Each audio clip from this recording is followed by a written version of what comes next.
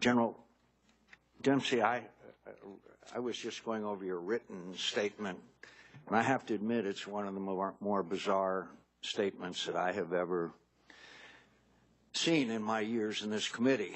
When you're talking about the Benghazi issue, you say, we positioned our forces in a way that was informed by and consistent with available threat estimates.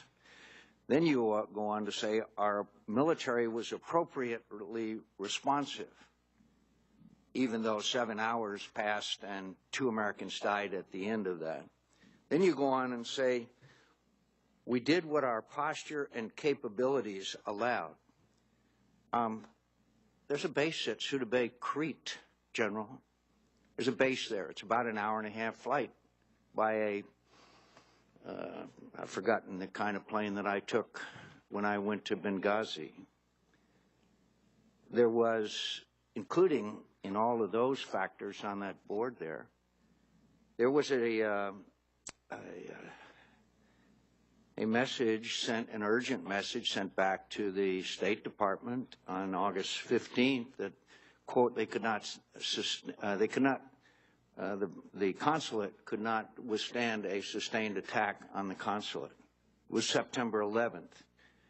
I will argue that there was no outpost in all of our diplomatic corps that had that sequence of events, these warnings, including many warnings from our ambassador about the lack of security, including even a message that was found in the rubble of the consulate by a CNN reporter weeks later. So for you to testify, our posture did not allow a rapid response. Our posture was not there because we didn't take into account the threats to that consulate, and that's why 4 Americans died. We could have placed forces there. We could have had aircraft and other capabilities as short distance away as Suda Bay, Crete. So for you to testify before this committee that they were consistent with available threat estimates is simply false.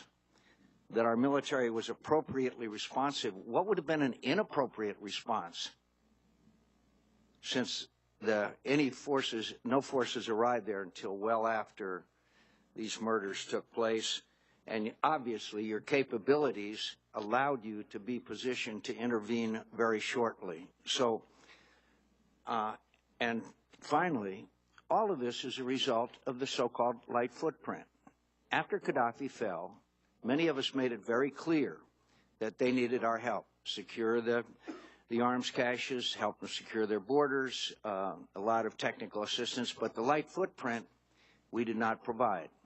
So it was almost predictable, maybe not predictable, that bad things were going to happen in Libya, because here was a fledgling government that had never governed before without the assistance that we could have provided them with. I begged you, Secretary Panetta, for example, to send a hospital ship over there to help treat their 30,000 wounded.